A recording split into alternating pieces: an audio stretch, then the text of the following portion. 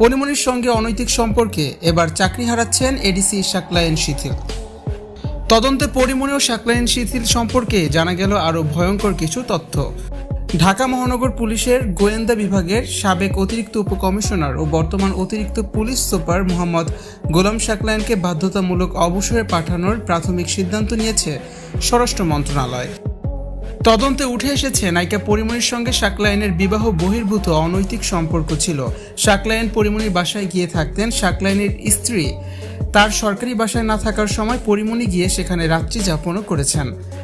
স্বরাষ্ট্র মন্ত্রণালয়ের জননিরাপত্তা বিভাগ থেকে 13 জুন পিএসসিকে চিঠি দেওয়া হয়। এতে বলা হয়, অসদাচরণের কারণে শাকলায়েনকে গুরুদণ্ড হিসেবে চাকরি থেকে বাধ্যতামূলক অবসর প্রদানের প্রাথমিক সিদ্ধান্ত গৃহীত হয়েছে। এ বিষয়ে চিত্রনায়িকা পরিমণি বলেন, বিষয়টি ব্যক্তিগত পর্যায়ে এখনও আসে নাই। ব্যক্তিগত পর্যায়ে যদি আসে তখন আমি কথা বলবো।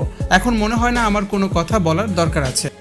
স্বরাষ্ট্র মন্ত্রণালয়ের চিঠিতে বলা হয়, শাকলায়েন ডিবির গুলশান বিভাগে থাকার সময় নায়িকা পরিমণির সঙ্গে ঘটনাক্রমে তার দেখা হয় এবং যোগাযোগ শুরু হয়।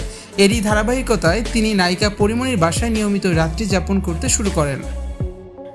পুলিশ অধিদপ্তরের এলআইসি শাখা থেকে পাওয়া শাকলায়েনের মুঠোফোনের সিডিআর বিশ্লেষণ করে তদন্তকারীরা দেখেছেন 2021 সালের 4 জুলাই থেকে পরের 1 মাস শাকলায়েন বিভিন্ন সময়ে দিনে ও রাতে নায়িকা পরিমণির বাসায় অবস্থান করেছেন। নায়িকা পরিমণির মুঠোফোনের ফরেনসিক প্রতিবেদন পর্যালোচনায় তদন্তকারীরা দেখেছেন পরিমণির সঙ্গে শাকলায়েনের কথোপকথন চলত।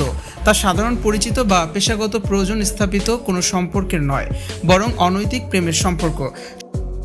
স্বরাষ্ট্র মন্ত্রণালয়ের চিঠিতে বলা হয়েছে, রাজারবাগ মধুমতি পুলিশ অফিসার্স কোয়ার্টার্সে নায়িকা পরিমণির যাতায়াতের সিসিটিভি ফুটেজ রয়েছে। এর ফরেনসিক প্রতিবেদন বিশ্লেষণে সাক্ষীদের জবানবন্দি অনুযায়ী প্রতীয়মান হয় যে শাকলায়েনের পূর্ব পরিকল্পনা ও সম্পূর্ণ জ্ঞাতসারে তার স্ত্রী না থাকা অবস্থায় নায়িকা পরিমণি তার রাজারবাগ সরকারি বাসায় যেতেন। সেখানে প্রায় 17 ঘন্টা অবস্থান করে 2 আগস্ট রাত 1:30টায় পরিমণি বাসাটি ত্যাগ করেন।